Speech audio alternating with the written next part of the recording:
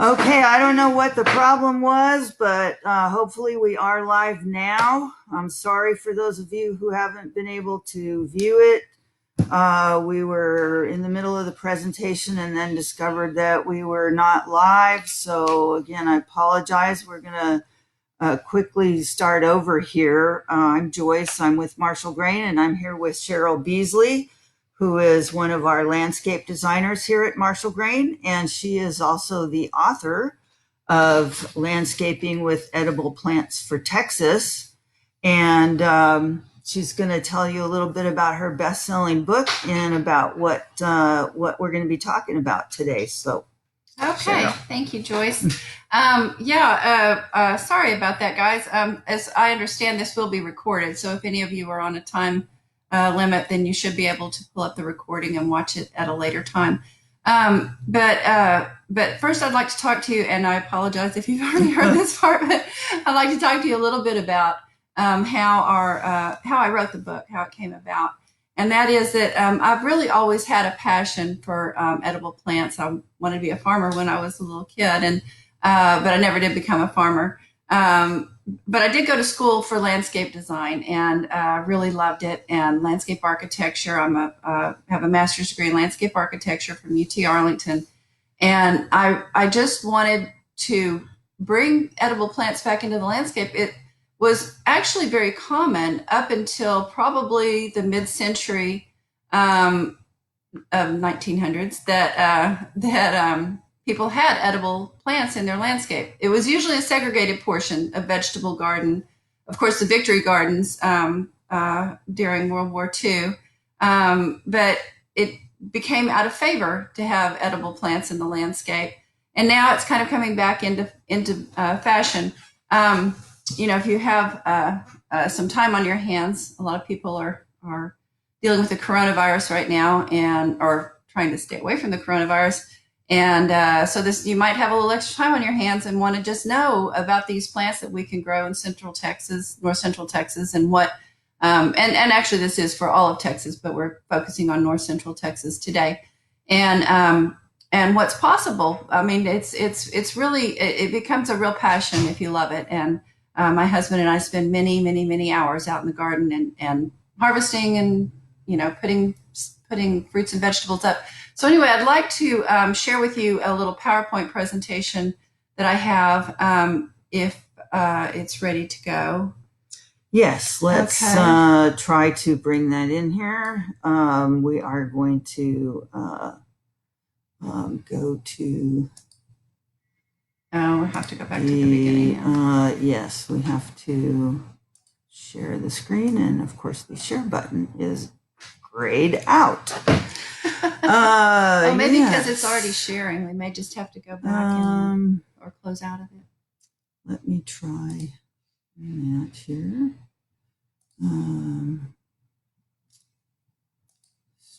Settings. We are having technical difficulties, of course. So again, I apologize. I don't know why our screen share is not working.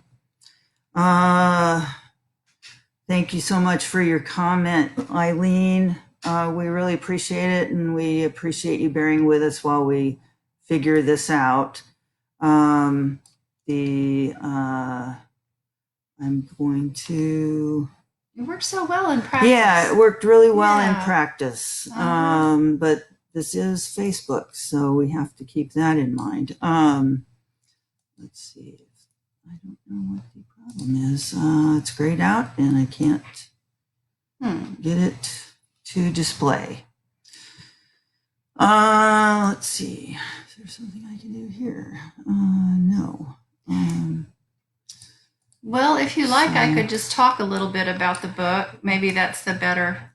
Yeah, why don't you keep talking while I try to sort this out? All right, that sounds good. Another thing I meant to mention is that Marshall's has many of the plants, if not all, that I'm going to be talking about today for you to come up and purchase.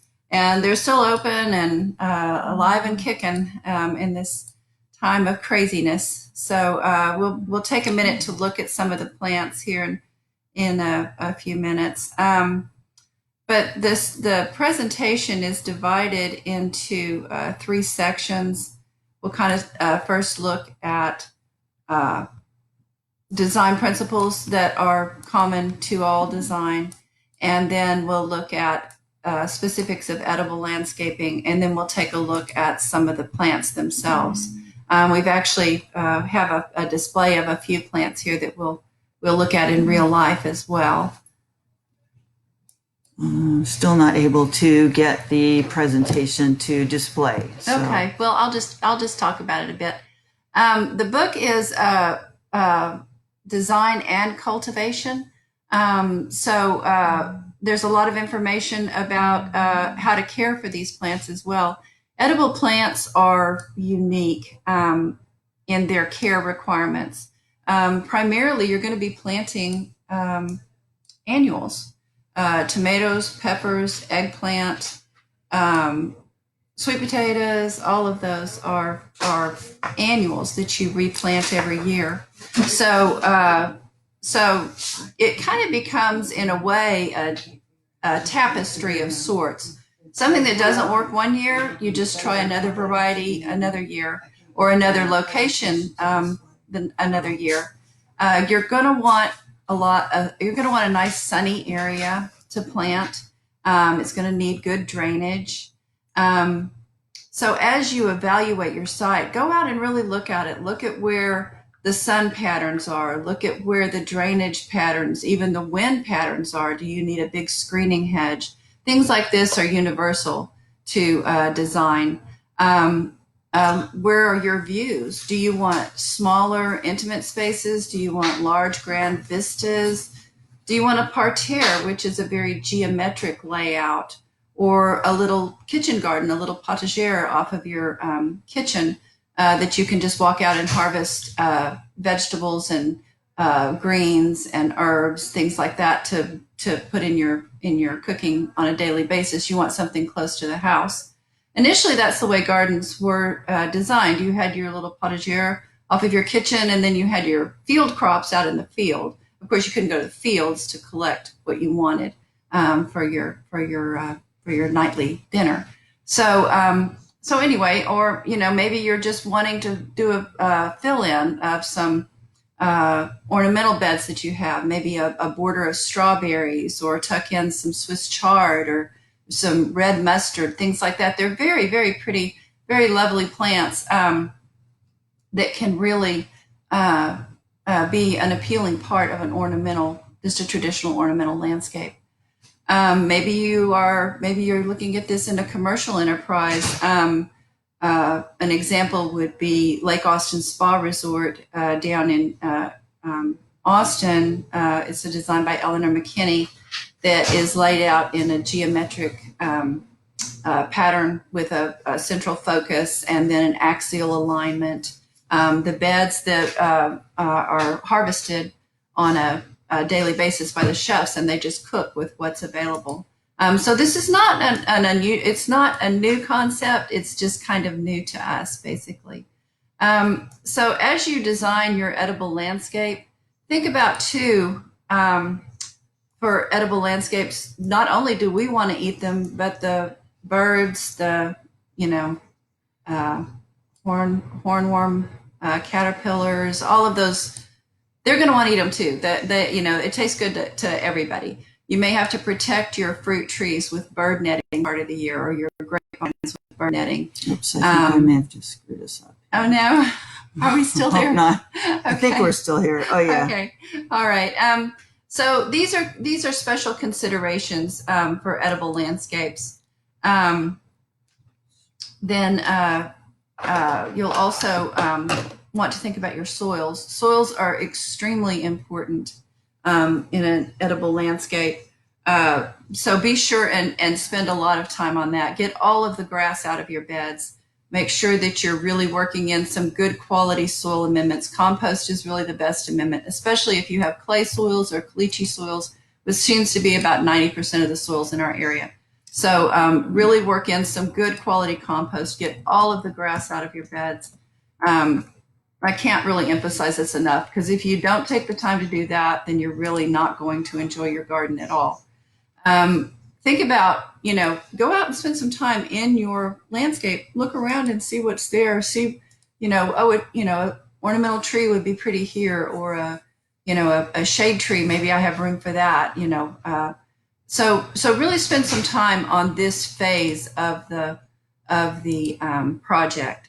And then once you get to that point, think about things like fencing. If you have deer, deer are not real common in north central Texas, but they do exist. And if you have them, then you have them. And definitely you'll want to fence your yard from the deer. Generally, you'll want about 8 foot tall deer fencing to protect your landscape from deer. And they have the invisible fencing. I don't know that I would really call it invisible, but it's not as obtrusive as some fencing might be. And then irrigation. If you are putting in an irrigation system, if you already have overhead irrigation, you don't need to change it out. But drip irrigation works best with any type of bed planting, but with edible plants in particular, because you're not spreading fungal diseases in the water droplets and things like that. So think about all these things. This is the forefront. It's not the fun part, but it's going to make for a very fun landscape. So once you get to that point, now you think about the plants. This is the fun part. This is, what am I going to put in? When I plant, if I'm doing it in stages, I like to do my trees and my perennials first. That's going to be, primarily the bones of the garden. That's what's going to really hold everything together. Everything else, as I said, is more of an annual planting. So I do that first. I lay out where my trees and my perennials are going to go. Again, you can set them on the ground and kind of think, maybe I want to shift them around a little bit. Maybe this is a perfect spot. But however you want it, get it right before you put it in the ground. Again, make sure you use lots of compost, soil amendments as needed. And then the things that you'll want to think about for aesthetically, you'll want to think about form, color, and size of the plant. And so, and then of course, how they're going to play off one another aesthetically. Also, texture is another important element. 3 of the textures that you might look at are bold textures, things like fig trees or loquats, things like that have very large, dense leaf patterns. Those make nice accents and backdrops. And then as far as texture, additional textures, you might have a very fine textured plant like carrots or asparagus that kind of form. I like to do them as kind of a sea of fine textured things with the punctuation of more bold textured things. And as you play with these things, they'll become more apparent to you. Then there's also Savoy textured plants, which are really interesting. They add a kind of a whimsy to the garden. So again, a lot of this is annuals. If you don't like it one year, take it out, do it again. Don't be afraid to play around with things. Colors, oh my gosh, just so many colors, so many beautiful colors. There are peppers that are not only green, yellow, and red, but orange and purple, and eggplants that are purple and white, and Chinese noodle beans that are red, that are like 12 feet long. I mean, what you do is you go to your seed catalog and you go, oh, I see how this looks, and then you can start to play around with your annuals.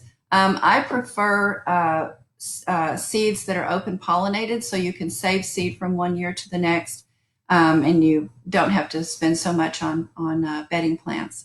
Don't forget, green is a color, and evergreen. There's a lot of herbs that are evergreen. I'd like to show you a few here. This is oregano. See how lovely that is? And both oregano and thyme, this is a variety of thyme that's a silver thyme, which really complements other plants nicely. But these plants like to spill out over a garden bed. They don't like to get the underside of their leaves wet, so keep that in mind when you're planting. The thyme gets about 6 to 8 inches tall. The oregano can get a foot to 18 inches big, and around and tall. And then rosemary is another one that's evergreen that you may have in your garden just as an ornamental plant. But look how lovely that is, and it's evergreen, and sometimes it's nice in a pot. It gets better drainage that way.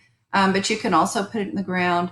There's different styles of rosemary. Some of it trails, some of it is upright. So just select the one that works best for what you're trying to accomplish. And Cheryl, these all have blooms too, right? Oh, yes, yes, indeed. The oregano gets a pretty little purplish bloom. Of course, the bees just go crazy for it. Thyme is not known so much for its bloom, although it does have one. And then rosemary also gets pretty purplish blooms. Mint is another one that's evergreen.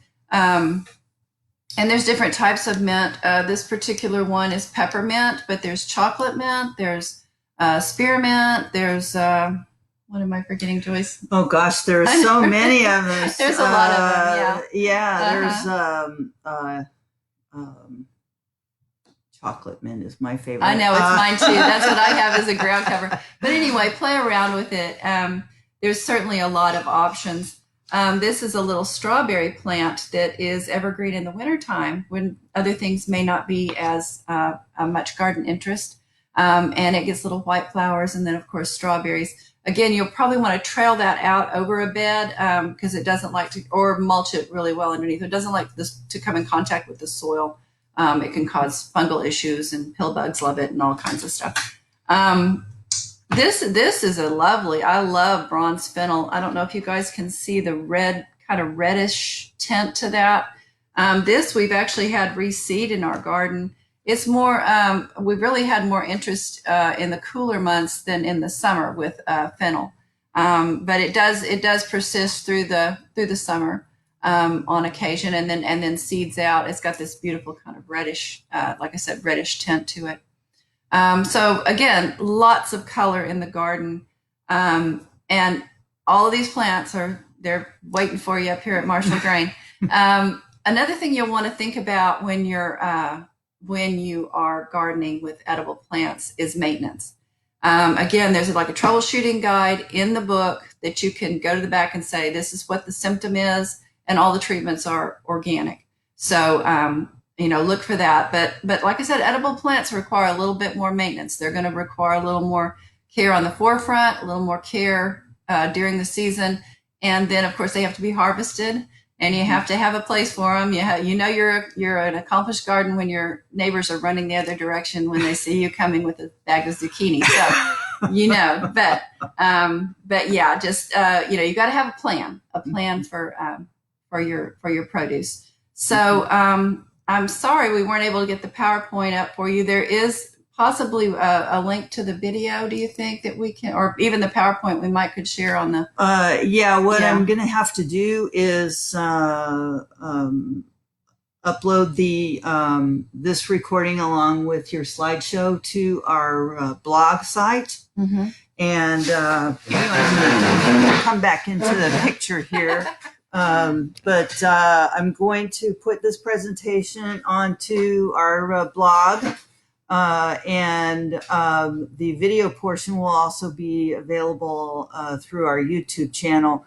And we'll provide a link through a post on Facebook for how to get to that. But if you visit, it's going to take a day or so for me to get the thing posted to our blog. But, But I will post something when that's available.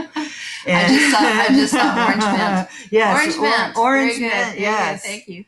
And we are able to answer questions. If you have questions, you can write your question into the comment box on your Facebook page, and we really appreciate. We've actually at the moment we've got 21 people watching us. Nice. Which is really awesome. We would not have been able to do this presentation in the store given the coronavirus situation. Yeah. So we really appreciate you all tuning in and listening to all of this. And let's see, somebody has a question. Are there any herbs that will do well in the shade? Not really. Sun is just almost a universal requirement. Mint does okay in partial shade and in wet conditions, which is an unusual characteristic for edible plants, but it will thrive. It will thrive really just almost anywhere. But it can take a little bit of water and a little bit of shade. Elderberry is a plant that produces edible berries will take some shade. Those are really the only two that I know of that'll take shade. Okay. Another question is, are there any mints that are not invasive but can be used for ground cover? No, my suggestion there would be to put some steel edging and keep it contained that way. And even then it'll jump over, but you can catch it when it does and go, nope, you come back over here. So, yeah. Yeah, they say once you plant mint, You've got mint. You've got mint. You'll never hurt. You'll never want for mint if you plant mint. That's right. So yeah, grow it in a container. Yes, I believe that's true for fennel too, isn't it? That it can fennel seeds out. Now it's easy to see. I mean, it's you see this nice feathery textured plant, and you're like, oh yeah, but if you don't want it, but it doesn't spread by runners or anything like that.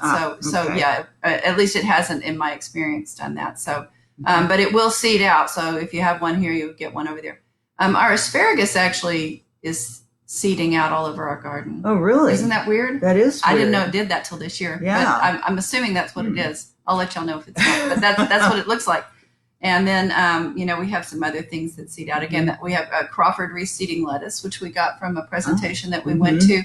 That it actually is reseeding lettuce. I don't know how easy it'll be to find the seeds, but it does reseed. So it's kind of, it's just all an experiment. What works, what doesn't work. And you hone in and refine your, the plants that'll work for you best. And of course, what you eat a lot of, that's a consideration too. Yeah. Well, and what about, I know you were saying most of these are annuals but there are some things you mentioned. Asparagus. Asparagus is a perennial. Artichokes. Jerusalem artichoke we're having really good luck with, and it comes back every year. It's the tuber is used as a potato substitute. It's not big like a potato. They're kind of small, but you clean them up and you can cook them like potatoes. They're really good, and they have a beautiful yellow flower. So, and regular artichokes are perennials, and I've grown those very successfully here. Yeah. And they make a beautiful shrub. Oh yeah, beautiful flower, beautiful big purple. And if you flower. don't like the artichokes, you can let them go to flower. Exactly. Or if you have too many artichokes, you can let it flower. Exactly. Yeah. And sometimes you're like, oh, I waited too long, but look at this beautiful purple flower. So, But how does that, when something is a perennial versus an annual, how does that affect, your garden layout? Yeah. And what considerations do you need to? What I like to do is I consider the trees and the perennials as kind of the bones of the garden. So I put them out first, and then I have little pocket areas where I plant the annual plants, and I try to rotate them as much as possible. Just because you don't want to follow every season with the same plant in the same family if you can help it, because that helps to deter insects and diseases. Another thing that you might think about is plants in the same genus and species, which there are a lot of brassicas that fall in that category. Will actually cross-pollinate, and then you end up with some very odd they're still edible, but you're like, oh, what's that? So if you're trying to save seed to have it come true, then you definitely want to keep, like 400 feet away from any other brassicas. Yeah. That's something I hadn't thought of. But yes, I've had weird end results with plants being too close together, and they've cross-pollinated, and you wonder how you got that. Yeah. Right. Yeah, you can come up with some very interesting looking plants. So, okay, well, do we have any other questions? Oh, yes, we do. Let's see. It says here, what types of fruiting trees do you recommend for this area? I saw your video of your garden and noticed the Asian parrot caught my interest. Are those hardy here? Yes, they're very hardy and very well adapted.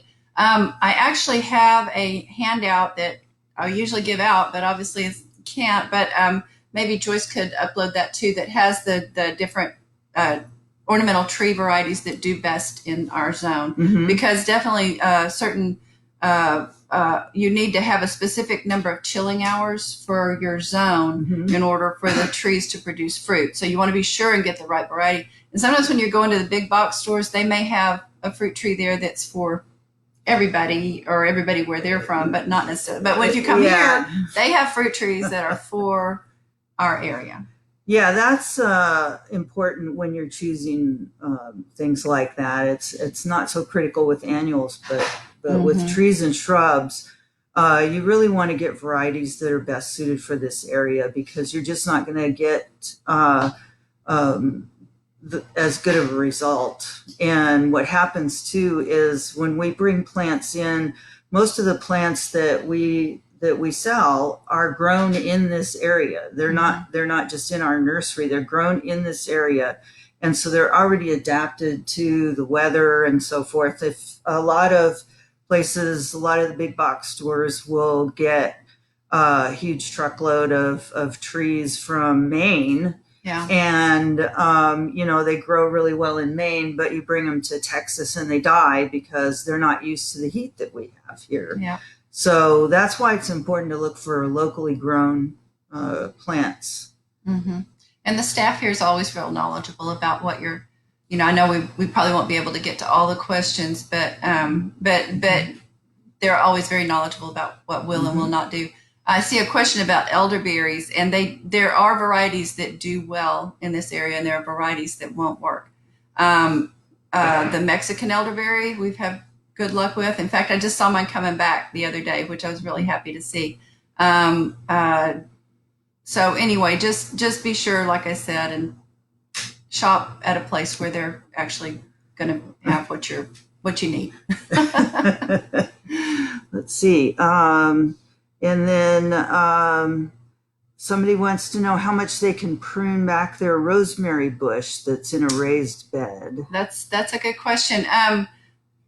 Rosemaries will take to some pretty severe pruning. You've seen them like done as Christmas trees and things like that.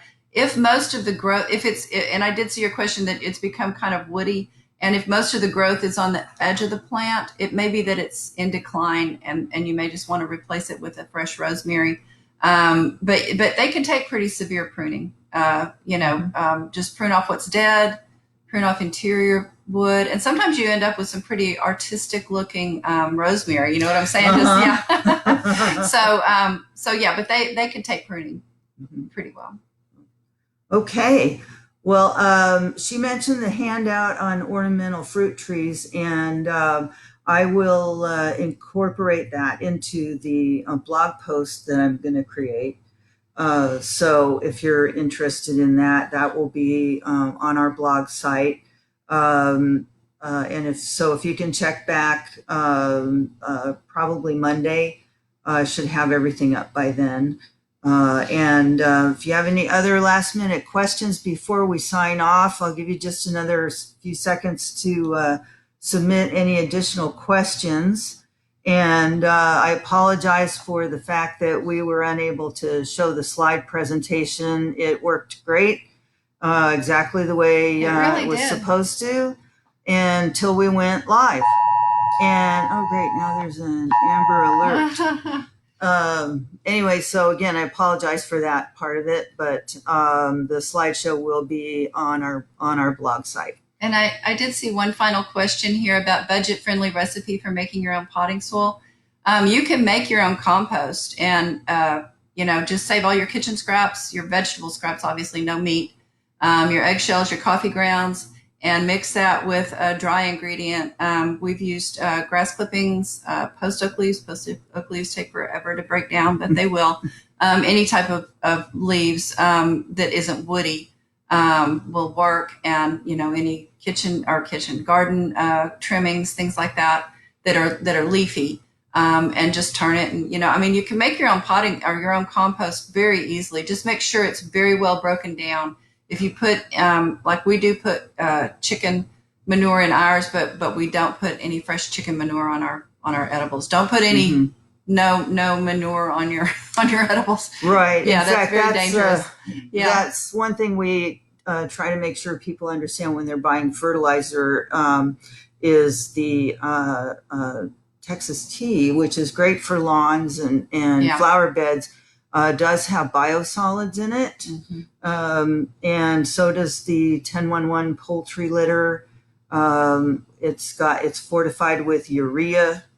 The poultry litter is okay. The urea is not okay to put on because the poultry litter has been composted, but the urea is not. Yeah, you don't want you don't want any manures coming into contact with the edible portion of your plant. Also, if you have a lot of people have sewer treatment that sprays out onto their lawn or whatever, you don't want to spray that on your edible. You don't want any, post-human or animal waste coming in contact with the edible portion of your plants. Right. So consider that, like if you're putting any type of manures on the ground that are leaching into the ground, like you're growing potatoes, sweet potatoes, things like that, that's also coming in contact with the edible portion of the plant. Make sure that's well decomposed before you put it on your garden. Yeah, and something like the black cow is well composted. Yes, yeah. So something like that would be all right, but you would never put raw manure on your edibles. No. Okay, so any last questions here? Budget friendly, you already answered that. So I guess we're going to wrap it up here. Again, we thank you all for tuning in and apologize for the technical difficulties, and hope you will check out our blog, and hope you'll watch us again next time. And don't forget, yes, her book, which you can buy from us. And this is the only place in town you can get an autographed copy. So come and see us, wear a mask, wear gloves, whatever you need to do, but we are open, and we do offer curbside pickup. And so if you have something specific you want to get, you can just call in your order and we'll bring it out to your car for you. So thanks again for listening. And right now we're going to sign off. Thank you. Bye, guys. Bye. Well, that wasn't too terrible. So no, wasn't it? It wasn't, Very good. Thank you, baby.